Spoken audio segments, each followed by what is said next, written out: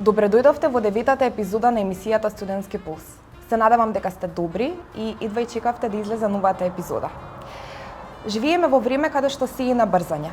Брзаме на работа, брзаме на факултет, брзаме да отидеме на испит, да отидеме на тренинг, на некој настан и напоредно со тоа имам и некои неодложни, да не речам обврски, но ги кажам обврски кои што се поврзани со банка и да, треба да отидеме таму и треба тоа да го завршиме.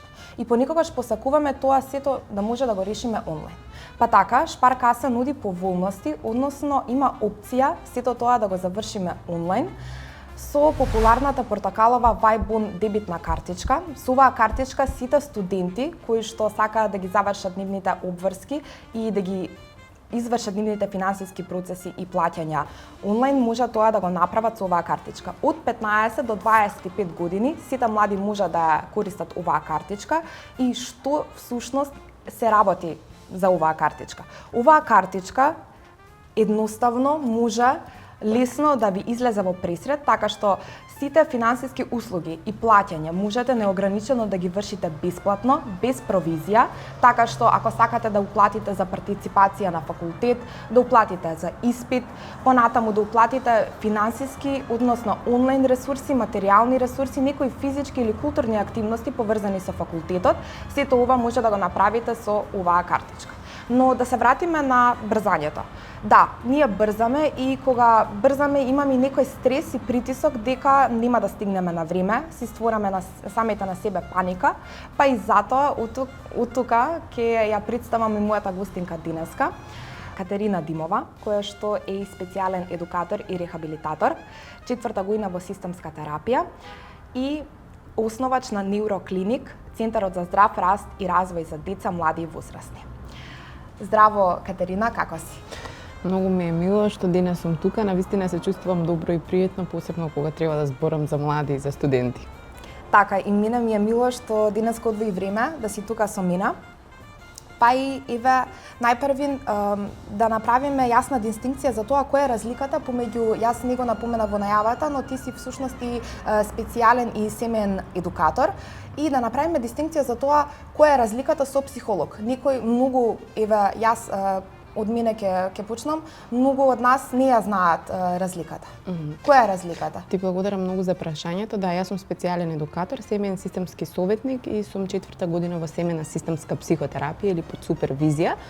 Разликата што е, ајде да речам, специјален едукатор, ние сме студенти од бивша дефектологија или специјална едукација и рехабилитација, која што главната, да речам, таргет група со која што работиме се деца и млади во однос на здрав раст и развој, а воедно и деца и млади кои што, па и возрастни кои што нели имаат некаков атипичен или дисхармоничен развој. Порано тоа се нарекувало дефектологија, сега се нарекува специјална едукација и рехабилитација. Значи, тој дел после моето презиме ми дава за право да работам со децата и со деца со типичен, атипичен развој, деца кои што поминуваат низ оние сите фази на здрав раст и развој, воедно и со нивните родители, додека пак семеен системски советник или семејна системска психотерапија, пошто се уште сум во едукација 4-та година, ми овозможува да работам во однос на психоедукацијскиот дел се уште, пошто сум советник, кога ќе земам нели лиценцата за психотерапевт за неколку месеци,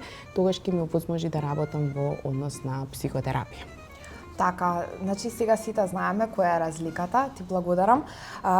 Спомнав брзање, стрес, паника. Денеска многу од младите се соочуваат со тоа да имаат напад на паника понекогаш во некои стресни ситуации, од тука произлегува и самата анксиозност. Што мислиш, каде, во што лежи проблемот, како тоа може да се спречи? Јас секогаш сум за тоа дека не е само еден тригер, би рекла. Многу предизвици се надвор во околината, а и во нас, кои што го прават тоа чувство на анксиозност. Секако, тука нели самиот тој брз начин на живот може да биде и последица и тригер, затоа што ние секаде итаме, брзаме, нели, за да стасаме, како што кажа и ти во најавата.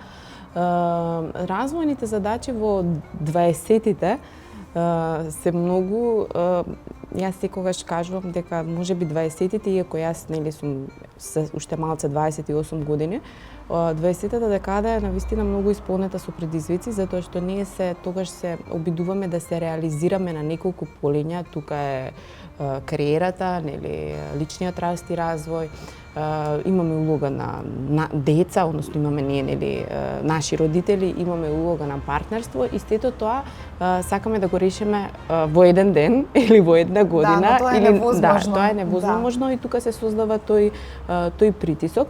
Дополнително социјалните мрежи се тука. Исто така нешто кое што јас го забележувам, искрено го имам почувствувано во одреден период и на моја кожа, а тоа е потребата за индивидуалност. И ние сите, нели, уште кога влегуваме во рана адолесценција, се бориме за таа потреба и окей да сме индивидуални, но сепак да не ги заборавиме релациите, затоа што посебно во оваа декада ни се важни, битен е тој систем на поддршка. Битно не е да го негуваме тој систем на поддршка, затоа што секогаш кога ќе почувствуваме одредено чувство, дали е на анксиозност или можеби некое друго чувство, да се обратиме и да разговараме и да зборуваме со оние кои што навистина ни се поддршка. Чувството на анксиозност некаде можеби, сега зборувам за тоа, реков, многу е голема палетата на причинители, се јавува некогаш и од одредени семени релации, нели, развојни фази кои што се поминуваат. Од една страна ние лансираме во овој период, од една животна фаза во друга животна фаза и тогаш имаме една развојна криза која што исто така ни го зголемува тоа чувство на анксиозност. Така, ја мислам дека тие фази од една во друга веќе се траат краток временски период и мислам дека самата таа адаптација поникогаш и го отежнува сето тоа. Но тука ќе се надоврзам и еве кога веќе се наоѓаме во некоја стресна ситуација, што можеме ние најпрво да си направиме самите на себе, како да си помогнеме? Дали има некои вежби со што би можеле да го спречиме сето тоа? Јас само малку ќе се навратам на тоа што го кажа претходно, а тоа е дека ние ги кратиме фазите кога преминуваме во една во друга и тоа е многу клучен момент дека ако ние ја кратиме таа фаза, тоа значи дека не оставаме доволно простор за таа адаптација или флуктуација кога преминуваме и од тука тргнува се. Значи ја кратиме и си создаваме многу поголем притисок. Ќе се надоврзам за моментот на нени совет и често го добивам од младите. И има одредени вежби кои што нели ни помагаат, тргнувајќи од техниката на дишење, за во моментот кога не превплавуваат емоциите, тргнувајќи од тоа да детектирам каде го чувствувам, ја чувствувам таа емоција и да окей, малце земам простор за себе, да се дистанцирам од околината, но морам да напоменам дека мене ми се чини дека кратките совети, инстант совети, техники не им помагаат на младите. Зошто мислиш дека не им помагаат? Каде е тука проблемот? Затоа што сите ние сме индивидуални битија. И во пракса мене ми зборуваат често дека тоа што им помага на другарите не ми помага мене. И тука се создава уште една, или пријателите, се создава уште едно чувство на анксиозност, зошто јас сум поразличен или што мене ми недостасува, зошто мене не ми помага таа техника. Така, тука мислиме и дека всушност нема помош, не може никој да ни помогне и си ствараме пак уште додатен притисок. Секако дека можат да ни помогнат одредени стручни лица и дури пак ќе го спомнам системот на поддршка кој што сме го изградиле, али ајде тоа да не е се така брзо. Значи, ајде тоа да не е некоја инстант порака која што ние ќе ја прочитаме. Јас знам, и јас сум во таа фаза да еве периодот лутам и брзам и сакам да исполнам некои повисоки критериуми кои што сум си ги поставила за себе, али гледам дека сето тоа ми го отежнува процесот. Нели, кога би оделе чекор по чекор и по-слоу, би ги погледнале сите оние знаци околу нас кои што многу подобар успех на крајот ќе ни донесат отколку постојано да брзаме и да бараме ајде некој брз совет кој што моментално ќе ми помогне. Значи, работата на себе е нешто кое што трае цел живот. Е процес и започнува во даден период кога ние ќе се чувствуваме спремни да ја започнеме, но трае. Така, трае самиот процес и да, тука и јас ќе се надоврзам со тебе. Понекогаш си задаваме некои задачи кои што можеби и не можеме да ги исполниме, но сепак си велиме да, јас тоа можам да го направам, си створам притисок, велам ајде уште ова и доаѓаме до ситуација, односно до самиот поим burnout, односно прегорување, кога нели веќе многу работиме и тоа често се забележува и кај студентите. Според Светската здравствена организација, ова е наречено и состојба на која што веќе многу доктори, многу стручни лица работат активно за тој проблем, односно лицата кои што ќе им се обратат дека имаат такво нешто им се случува, да и побараат помош, но што мислиш ти, дали денеска младите се свесни кога ова им се случува или го оставаат така на страна и живеат со тоа? Па, во пракса доаѓаат. Јас секогаш зборувам од пракса, не би сакала да генерализирам. Доаѓаат и луѓе кои што детектираат на време, односно млади кои што детектираат на време дека веќе влегуваат во бурнаут, али еве јас ќе се земам за пример дека јас кога влегов во мои студентски години во бурнаут, јас не бев свесна за тоа. Иако го изучувам тоа, бев толку многу во бубањот натре, што не можев да забележам, гледав дека да, моето тело е преуморно, дека менталните капацитети од однос на учење, меморија, фокус, внимание ми се многу на пониско ниво, али во главата ми беше само целта која што требаше да ја постигнам тој семестар или таа година и се случи да кога отидов на психотерапија, јас и кажувам на мојата терапевтка дека мене ми е страв да не влезам во фазата на бурнаут, односно во таа состојба, и мене терапевтот ми вика, али види, ти веќе го живееш бурнаутот, активно ми вика, не знам дали забележуваш, и тоа ми беше таков шамар, односно можеби само ми требаше една потврда дека јас треба да застанам и дека не е се така толку итно и битно и важно. Пред се физичкото и менталното здравје се најважни. Така, но еве јас понекогаш се стварам притисок и можеби сум и во фаза сега моментално на бурнаут, но како да го детектирам? Кои се првите некои начални нешто што се познава дека јас сум у фазата на бурнаут и ја треба да застанам и да успорам малку?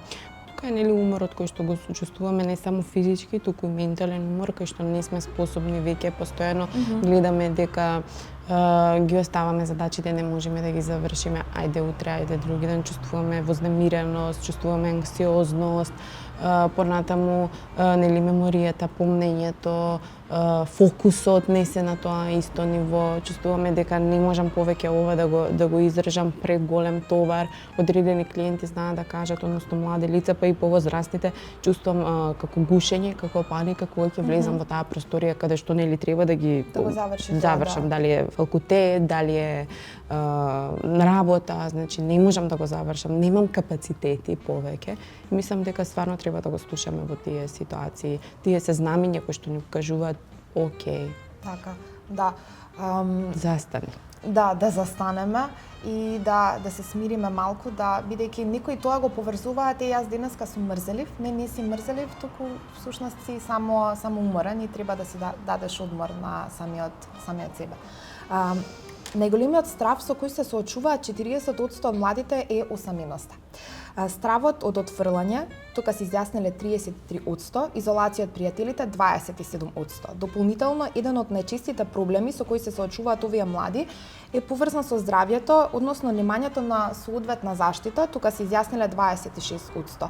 Како може самите млади да си помогнат први на себе, а и потоа всушност и да бараат помош? Еве да започнеме со осаменоста. Јас тука ќе се надоврзам и со мрзеливоста, што ја спомна. Така? Мислам дека многу голем притисок имаат младите лица затоа што околу себе и посебно на социјалните мрежи гледаат луѓе кои што се многу успешни, се дава некој момент дека треба да се активни, за кое што јас не се сложувам со тоа. По 18 часа, по 15 до 18 часа. Оние мотивацијски видеа кога ќе излезат затоа што кога еден млад студент е активен 18 часа, каде е потребата за сон, каде е она потреба за јас да се изрегенерирам, за утре повторно да функционирам, иако тоа трае ден, два, три, недела, месец, ние влегуваме во нели состојбата на бурнаут, не сте мрзеливи, едноставно го водите патот кој што е за вас питен, не за другите.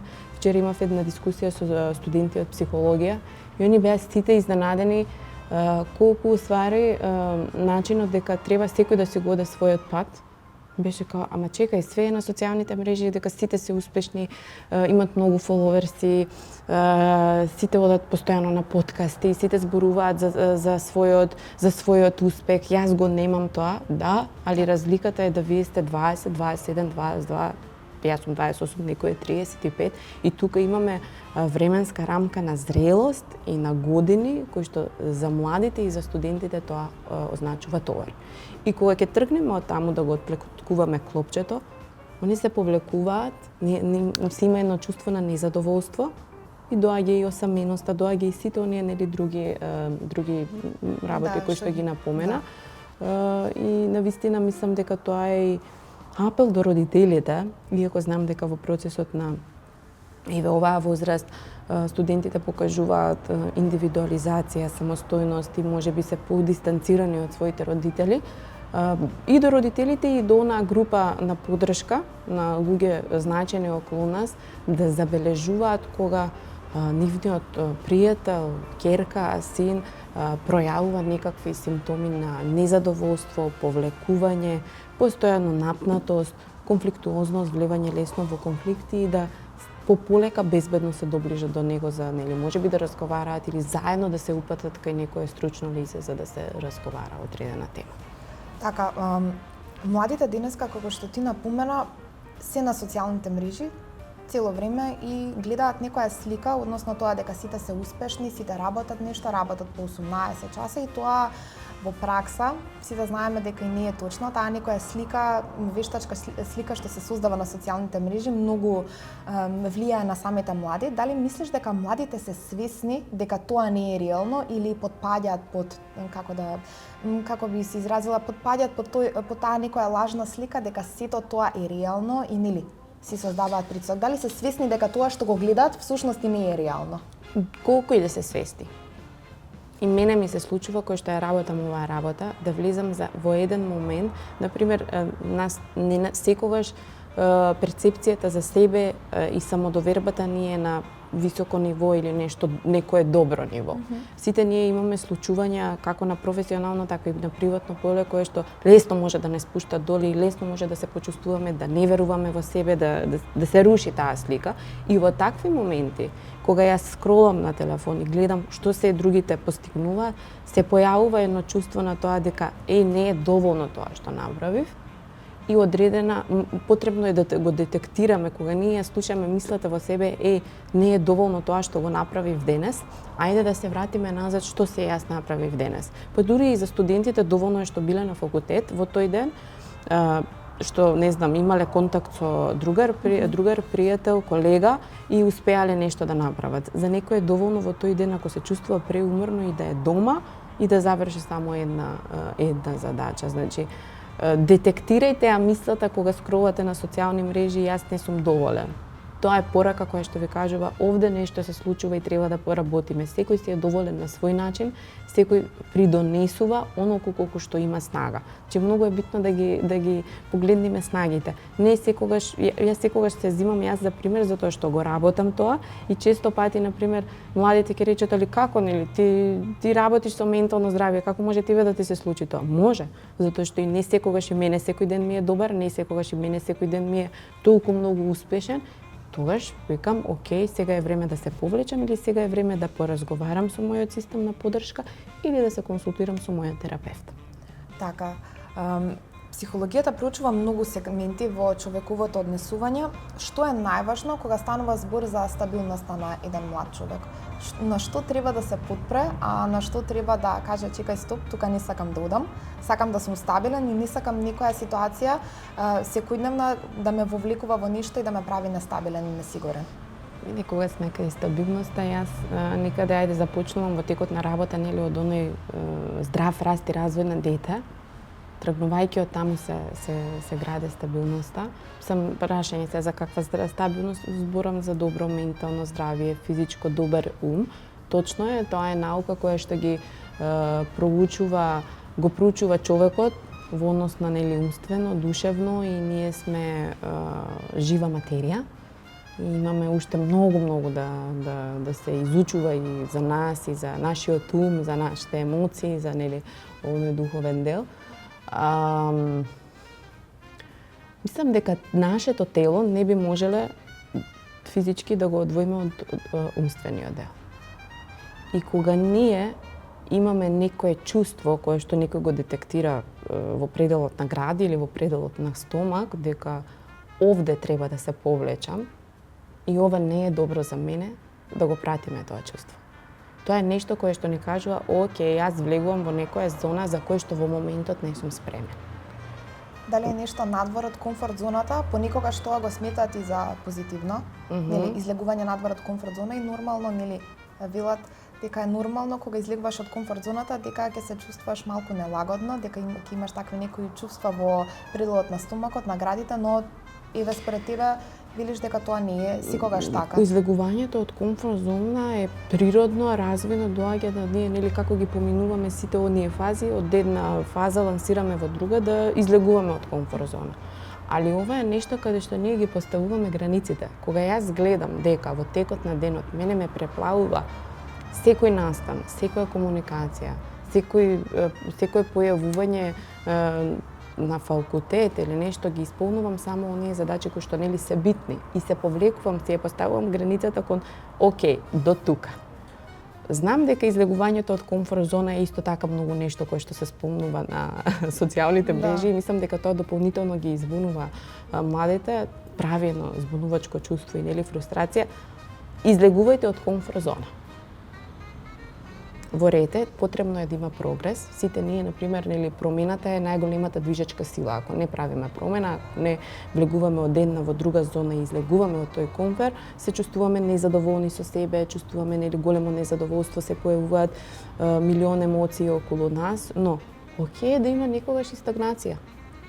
Окей да може индивидуално е.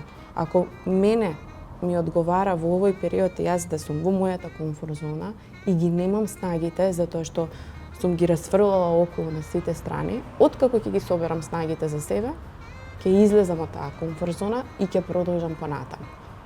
И може би тоа да трае, али повторно, некако не знам дали забележавте дека постојано ги враќам релациите и системот на поддршка, затоа што тоа се луѓе кои што нешто забележуваат, а ние не го забележуваме. Да, јас ќе се согласам со тебе, но еве ги спомнавме и самите социјални мрежи, какви всушности содржини кружат на истите. Што треба да избегнуваме? Што треба да оставиме настрани, да кажеме ова сега ќе го оставам, не сакам да ова содржина не сакам да ја гледам, или ништо што еве според тебе мислиш дека негативно влијае на нас? Се што јас овде можеби одговарам многу брзо како од пушка онака, али се што мене ме вознемирува. Се што мене ме вознемирува, секој индивидуално, да. Се што мене ме вознемирува, се што мене ми прави некој чувство на нелагодност, се што мене ми создава едно чувство дека јас не сум доволен на 20 години или на 22, ја гледам некој кој што, например, успешен и успева во тие работи. Од друга страна, знам дека јас секогаш апелирам сите ние кои што сме достапни на медиумскиот простор, изборуваме не да превнимаваме, или стварно да внимаваме што збориме. Ова се многу сензитивни теми. Јас денес зборувам за млада публика и доста внимателно го правам тоа, затоа што младата публика е како сунгер и впива се. До неа допира се. Значи, потребно е малце да, нели, да имаме медиумска култура, затоа што младите се зимаат и немаат толку многу идеја што е добро, а што не е добро. И јас секогаш кажувам, окей, ајде да тргнеме од себе. Што мене ме вознемирува, тоа нели не го гледам, не го пратам, што ми прави некое чувство на нелагодност или некоја конфузност дека јас не сум задоволна од себе. Социјалните мрежи влијаат на младите, започнувајќи од најрана возраст, најмногу влијаат на децата, бидејќи свесни сме дека децата уште од најмала возраст добиваат мобилни телефони, активни се на социјалните мрежи и сето тоа понатаму се трансферира и во нивниот развој на самото тинејџерство и понатаму во нивната адолесценција. Како мислиш дека оваа влијание, односно пристапот во најрана возраст на социјални мрежи и пристапот до интернет влијае на развојот на младите? Во моментот како те слушам ми доаѓа онака еден блиц, не ми е јасно, не може да ги тргнеме екраните или социјалните мрежи од животот и јас не сум за тоа. Сите ние нели сме изложени. Не викам дека сега тука треба да ставиме блокада на технологија, социјални мрежи. За здравиот раст и развој кај деца и кај помали има многу големо влијание. Значи донесено е нели состојбата на екранизам, која што влие и на говор, влие и на развој. Децата примаат многу информации кога не на социјални мрежи, дури на пример и да гледаат цртан или како и да е, изложени се на екран, во тој момент добиваат многу импулси, многу информации за кои што нивниот мозок не е зрел да ги обработи. И ги обработува можеби и на погрешен начин. Да, и движењето, како и за малите, така и за возрастните, и за децата, и за возрастните, и за младите е клучен елемент. Затоа што ние кога во најрана возраст, кога правиме движење, создаваме синапси во мозокот кои што ни се многу битни за здравиот раст и развој, а кога сме пред екран немаме никакво движење, освен со нели показалецот или го држиме само, немаме движење. И тука по дефолт значи дека тоа не е добро во тој временски период да они се изложени на екран. Истото и за нели ајде да речам не деца кои што се до седмата возраст, доктор Шефели, она се занимава со баш детска психологија и кажува дека до 12-тата година, тоа беше пред 2 години некои истражување кое што го имаше правено, децата не треба да се изложени на екрани, посебно на социјални медиуми, значи тоа го кажува негде со истражување пред 2 години, можеби е променето сега, нели ајде да знам дека беше пред 2 години така, или доколку некој бил изложен веќе, пошто 12-тата година ретко кој не е изложен во тој период, тоа да е минимизирано и филтрирано. Ќе се повикам тука уште на еден професор Ранко од Србија кој што кажува ако ние 20 минути сме биле, односно децата биле 20 и младите минути на телефон, тогаш значи на тие 20 минути доаѓа половина час надвор. Значи ако е 2 часа не имаме уште нели плюс 2 и 2 надвор, така да на вистина знам дека е предизвик за родителите како да го направат тоа, али со добар однос, пошто родителството е однос, релација и нема тука трик како тоа све да се изведе за они не се најдат на телефон, не седат на телефон, знам дека ќе успеат, верувам во тоа. Еве, имаш учествувано во многу проекти, кои би ги издвоила, кои што мислиш дека така тебе ти се најдраги, еве да не ги дискриминираме другите проекти, но кои според тебе мислиш дека оставиле голем импакт во општеството? Значи ќе треба да се навратам баш за во кои проекти сум учествувала, али ме облива некое пријатно чувство. Додека бев студент, бев многу активна во однос на хуманоста и настани поврзани со тоа. И секогаш декември ме потсетува на проекти кои што биле поврзани во однос на семејствата на лица со попреченост, вклучувајќи на факултет, па тука и нели во самата општина од кој што јас доаѓам, тоа е градско. Таму работев во однос на проекти за лица со семејски лица со попреченост. Исто така бев дел од изградба на првата сензорна градина во Република Македонија, која што тогаш беше поддржана од невладината форум и USAID, се сеќавам. Значи тоа е така нешто кое што го започнувам во студентските години. Понатаму имам учествувано на доста конференции, вклучувајќи ги и кај нас, кои што сепак се поврзани, нели, ајде да речам, со здрав раст и развој на деца и на млади. Сега во моментот учествувам во Флуриш, тоа е проект кој што кај нас го води Алтернатива, односно Институт Алтернатива, каде што сум и дел од едукација на семејна системска психотерапија, и тоа е проект за родители и адолесценти кои што се спроведува во регрутирани училишта во Скопје во Република Македонија, и баш е онака за здравата комуникација и позитивниот однос помеѓу родители и адолесценти. Имamo многу други проекти кои што се поврзани во однос на, пошто сум магистар по специфични тешкоти и во учењето, кои што биле заедно со Сдруженијето Ајнштајн, и сме ги одржувале како во однос на ментално здравје на лица кои што се соочуваат со одредени специфични тешкоти во учењето. Последно сега лето во кое што исто така навистина ми е многу драго. 3 месеци имавме иницијатива Подржи и ти, која што беше за семејствата и деца кои што имаат дисхармоничен развој. Тоа беа секојдневни работилници од 8 часот до 13 часот, а воедно и советувања групни со родителите во однос на фазите кои што они ги поминуваат и се соочуваат со сите предизвици кои што ги носи самиот дисхармоничен развој. Не ми текнува друго во моментот, ги има многу. Некако е тешко да зборуваш за себе. Да, тешко е. Мислиш полесно е на нас што зборуваме за другите вака кога ве представуваме или да, еве јас можеби и да, точно е, бидејќи кога се навраќаме не знаеме што да потенцираме, а ништо оставаме на стране и после ќе се каже ја учествував таму. Да.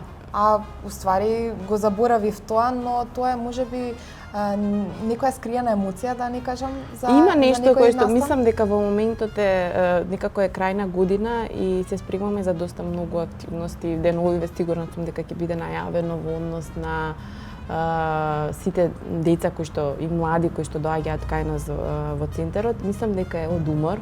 Еве со право ќе земам да се кажам дека периодот тој умор го чувствувам многу поинтензивно, посебно во пределот на главата и мислам дека баш онака ги заборавам, не дека не биле важни тие проекти, навистина тек дека што сум влегувала и тоа е една карактеристика за мене. Влегувам одговорно и целосно и сакам да е завршено како што треба. Имало доста онлайн вебинари кои што сме ги одржувале, посебно за време и постковидно, кои што биле и за ментално здравје и за родители и за деца, групни работилници кои што сме ги одржување заедно со моите колеги претходно кај што работев, така да за деца. Родителство, темата родителство е нешто кое што природно ми доаѓа и сакам да ја работам со родителите. И тоа се одредени теми кои што во моментот ми текнуваа кај што нешто сум превземала некаква активност. Кога веќе спомна главата, болки во предлогот на главата, дали еве твој совет дали треба да конзумираме некои лекови, тоа да го спречиме или добар сон е решение за Секако дека добриот сон во одредени моменти ни помага. Кога се во однос медикаментите, јас сегогаш кажувам дека тоа треба да биде со стручно лице, никогаш на своја рака, посебно, например, кога станува збор нешто за ментално здравје. Че постојат стручни лица кои што се занимаваат со тоа се колегите психијатри или, например, ако е обична главоболка, окей, вашиот мантичен, али секогаш нека биде со, како да кажам, еден чек од страна на стручните лица. Никогаш на своја рака. Си уште се забележува во училиштата дека децата се исмејувани од страна на нивните соученици, а тоа може и понатаму да се забележи и на факултетите. Имаме исмејување и за тоа исмејување се и молчи. Дали кон тој проблем треба да се пристапи индивидуално, самите ние да видиме што можеме да направиме, или тоа е еден проблем кој што општеството треба да го решава? Ние сме дел од општеството. Сите индивидуи се дел од системот и од општеството, да, се почеста појава, од една страна многу брзо се детектира сега, порано не се зборело толку многу за тоа, не се детектирало, можеби само се повлекувале сите. Јас би рекла дека е системски, е општествен, а тоа значи дека и детето и семејството, нели и оние кои што исмејуваат и оние кои што се исмејувани се дел од тоа општество и би ги повикала тука сите семејства, пошто и тоа дете кое што исмејува или има некој тип на врсничко насилство, тоа е неговото однесување. Позади тоа има брда на емоции кои што треба да се отворат. Он само ги покажува како лутина. Така да, без разлика од која страна се семејствата и родителите, јас стварно ги повикувам на тоа да веднаш реагираат. Постојат, ако се случува во училиштата, постојат училишни психолози или стручна служба кај што може да се обратат, затоа што последиците после тоа се многу големи. Имаш учествувано во меѓународната студентска конференција за специјална едукација и рехабилитација, односно си била и предавач таму. Како си поминавте и имаш и нешто така во меморија што ти има останато, што се врзуваш за тој настан? Па прво, јас со Институтот специјална едукација и рехабилитација, драги мои професори, се врзувам на повеќе начини. Прво тоа, заборавив да кажам, бев најдобар студент генерацијски, тоа ми беше да. И беше добро, али не знам како влијаело на моето ментално здравје, морам да признаам. Не го препорачуваш тоа за студентите? Имав страшен притисок во однос на тоа и од оваа гледна точка баш гледам дека сум била доста анксиозна, па и тогаш ми се појавија паничните напади. Би рекла дека бев 2 години додека бев на мастер, бев демонстратор на Институтот специјална едукација и стварно многу убави нешта со студентите, многу убави проекти се изработиле, вежби, мислам тоа се случуваше на вежби. Жал ми е навистина што не сум повеќе дел од тој институт, али некако длабоко во себе верувам дека еден ден на некој начин повторно ќе се вратам таму. Во однос на меѓународната конференција, јас тогаш бев 3-та година на факултет и таа се организираше кај нас на филозофски факултет, тогашни мои драги колешки успешни на специјална едукација и ако добро се сеќавам беа вклучени професорката Каровска, професорката Наташа Станојковска во тој проект. Јас не бев тука, јас учествував онлайн со презентација затоа што бев на 3-месечно студиска работа во Германија и таму исто имав контакт со центар во дадени моменти кој што се занимава со здрав раст и развој на деца. Така да ми беше многу криво што не сум присутна со физичко присуство, али бев присутна на онлайн. Тоа ми беше можеби првиот труд истражувачки кој што го правев во однос на мислам дека беше поврзано со специфичните шкоти во учењето. Но вистина беше еден добар настан и мене некаде ме поттикна тогаш да влегувам повеќе во науката. Сега сум со магистерски, али верувам дека во наредната година некаде ќе бидат и докторските. Ја спомна Германија, имаш соработувано, односно знаеш како се одвива тој, како работат во Центарот за раст и развој, дали има разлика и дали зема некои совети од таму, ништо што таму го има, а сега го применуваш тука? Јас таму бев на класична студентска работа и работев во Бургер Кинг, али паралелно со тоа имавме неколку посети во Центар за здрав раст и развој и ова го кажувам многу слободно затоа што тоа искуство како јас да се снајдам во друга држава за мене беше многу значена, воедно и сепарацијата од моите родители. Од таму ја земав можеби она дисциплината која што треба, зборувам, кој што имаат кон децата, оној пристап кон родителите, кој што го исклучително на високо ниво и оној дел кој што беше поврзан со ги проценуваат снагите на секое дете. Односно тргнуваат од моментот дека да, има инклузија, али ги преценуваме снагите на секое дете. И според снагите на секое, буквално на секое дете, они донесуваат одлука и програма како ќе се работи понатаму.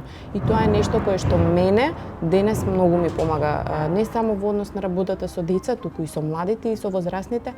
Прво нешто ги проценувам снагите и после тоа се впуштаме во целиот процес на работа. Дали мислиш дека кај нас главниот проблем со кој што се соочуваат младите произлегува од тоа дека малку зборуваат со нивните родители за тоа што ги мачи?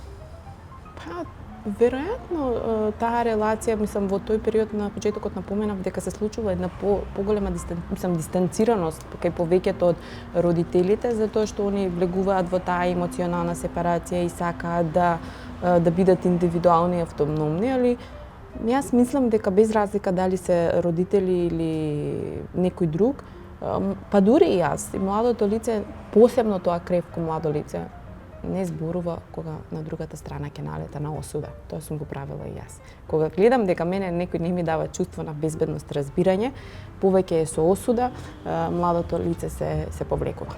Дали во тука произлегува и тоа дека едно младо лице кога има проблем, ако не се обрати до неговиот родител, понатаму има и некоја аверзија, односно одбивност да не се обрати и до некоја стручно лице, до самите институции. Дали е тоа можеби затоа што не верува во институциите?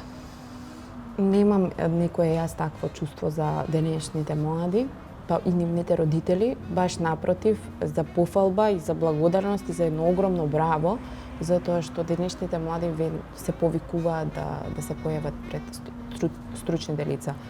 институција каде и како тоа, нели, секој Така, со но свој веќе избор. не е табу тема. Не е табу тема. Јас имам млади лица кои што ги носат родителите, односно младите лица се јавуваат и каде сакам да, нели, да се видиме и така, или како и да е препорака, и доаѓаат со родителите. Значи, они кажуваат, јас имам потреба да разговарам со некого во однос на тоа што се случува со мене. Тоа е многу важно, бидејќи пред неколку години тоа беше табу тема.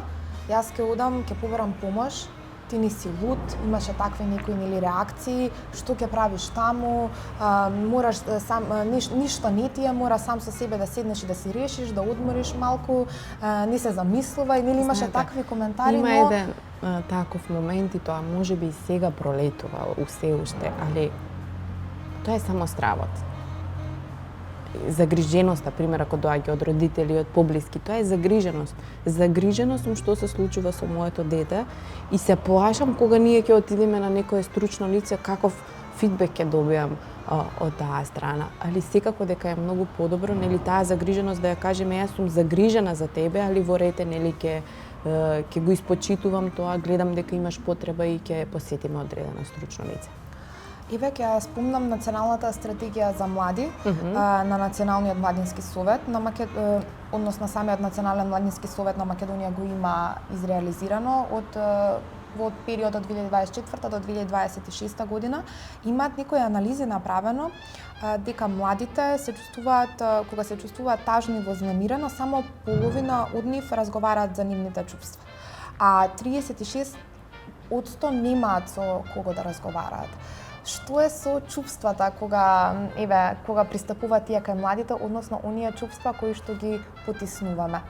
Немаме со кого да зборуваме или не сакаме да зборуваме, како тоа можеме самите да го премустиме јазот на она јас денеска се чувствувам така и знам дека треба да зборувам со некого, но како да го направам тоа? Прво треба да видиме што е тоа што не спречува да не зборуваме со некого.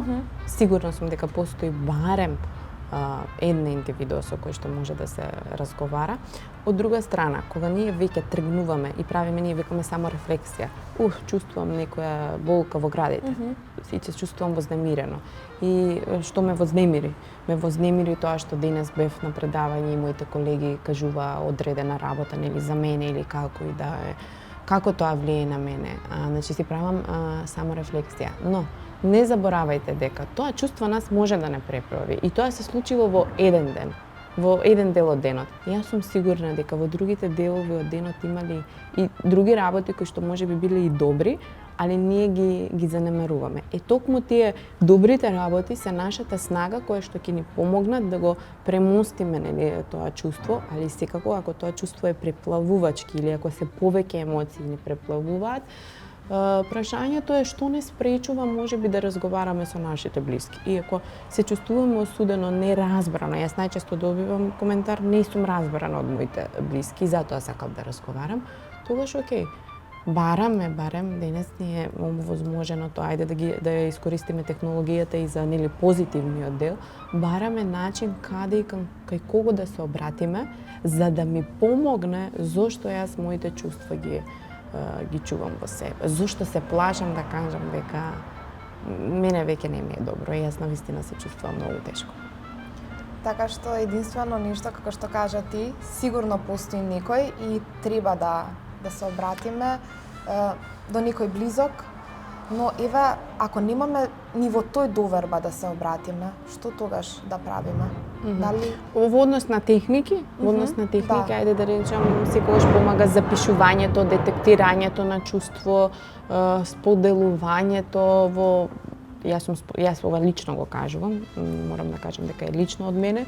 Јас кога не сум сакала да споделам со некој нешто, а пред тоа сум се чувствувала тажно, најчесто тажно или исплашено, секогаш тоа сум го детектирала, односно сум го запишувала. Пишувањето секогаш ми било јака страна да запишувам зошто мене ми е тешко. Али во даден момент се присетив дека постојат луѓе кои што исто така се чувствуваат вака. И неверојатно е кога јас поделев на мои пријатели и другари за време на студии како ја се чувствувам, а ми беше страв као од нив да не ги преплавувам со негативни емоции, па како они па ќе ме осудат и така натаму. од таа страна го добив истото чувство. Тоа значи дека не сте сами. Постојат луѓе кои што исто така се соочуваат со милион чувства кои што не им е добро. Ќе напоменам дека сега кога го работевме проектот Фуриш, адолесцентите као леле колку супер изгледаш, колку супер зборуваш. Јас викам, јас не се чувствувам така. Ова е моја задача. И јас го правам во моментот за вас да ви го пренесам знаењето. Искрено во моментот чувствувам многу стрес и многу вознемиреност.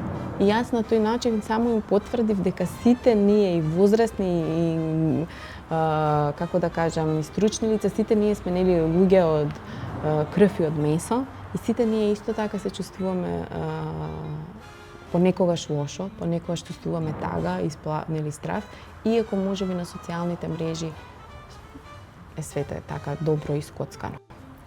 Така, Еве, за крај, какви совети би му кажала на младите кои што не гледаат и што би ги посоветувала што да прават во ситуации каде што мислат дека нема излез, а всушност тие се одлучувачи за тоа дека секогаш има излез?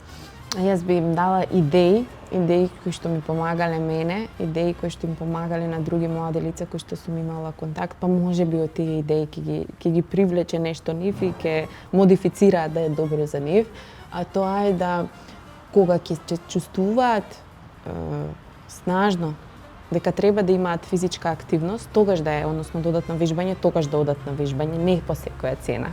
Не по секоја цена да го форсираат своето тело. Кога ќе чувствуваат снага дека сакаат да разговараат со некого, тогаш да ја побараат таа помош, не заради тоа што блиските прават притисок. Кога ќе чувствуваат потреба дека треба да започнат некоја студентска работа, некаков работен однос, тогаш да го направат тоа, не заради тоа што по социјалните мрежи се кажува дека треба по 18 часа да се работи дневно или дека треба сите ние да сме инстант активни секаде. Не. Кога ќе ги проценат своите снаги, дека може да го направат тоа, тогаш да се вклучуваат. Кога ќе забележат дека може би има некое непријатно чувство во било кој дел од телото, веднаш да се обратат на кај родители, блиски, стручно лице. И на крај би сакала да им кажам дека со донесувањето на одлуки нема грешна одлука. Има одлуки кои што ни отвараат одреден пат, зборувам за оние здрави одлуки, не ризични одлуки, ни отвараат одреден пат и одреден предизвик. Ајде проблемот да го гледаме како предизвик, затоа што кога го гледаме како предизвик, секогаш имаме решение. Така, ти благодарам, Катерина. Се надевам на следна дружба. А тука ја завршуваме 9-та епизода на емисијата Студентски пулс.